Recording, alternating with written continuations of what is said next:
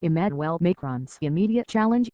What stands in Emmanuel Macron's way as France's National Assembly, which is to be elected in June? Emmanuel Macron may be sure of becoming the next president of France, but he is still a long way from being able to implement his plan to transform France from a statist, rigid, and sputtering economy into a Scandinavian-style powerhouse, in which populace return to the margins of political life.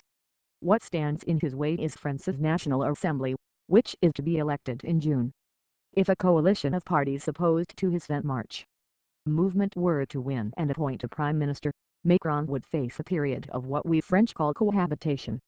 Macron would find himself in virtually the titular role, with a hostile prime minister holding most executive powers. To avoid this prospect, Macron's Vent March will have to come, literally from nothing, to dominate the parliament.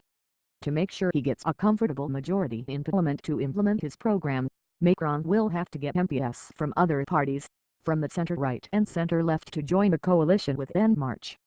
Such a coalition would be centered around a limited number of key reforms: labor market reforms, tax reform, education reform, which all participants see as priorities to modernize the French economy. One thus talks about un majorité projet.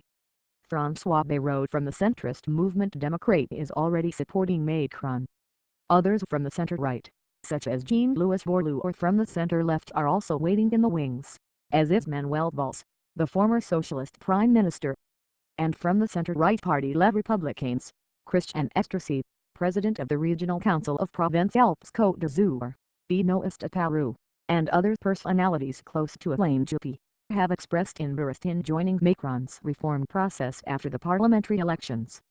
If Macron plays his cards well, shows resolve, but also listens and resists the temptation to behave like a new Napoleon, he will successfully replace the old left-right divide in French politics with a reformist/conservative split. In doing so, to push his bold reform agenda, Macron will make history and become a beacon of hope for progressives everywhere.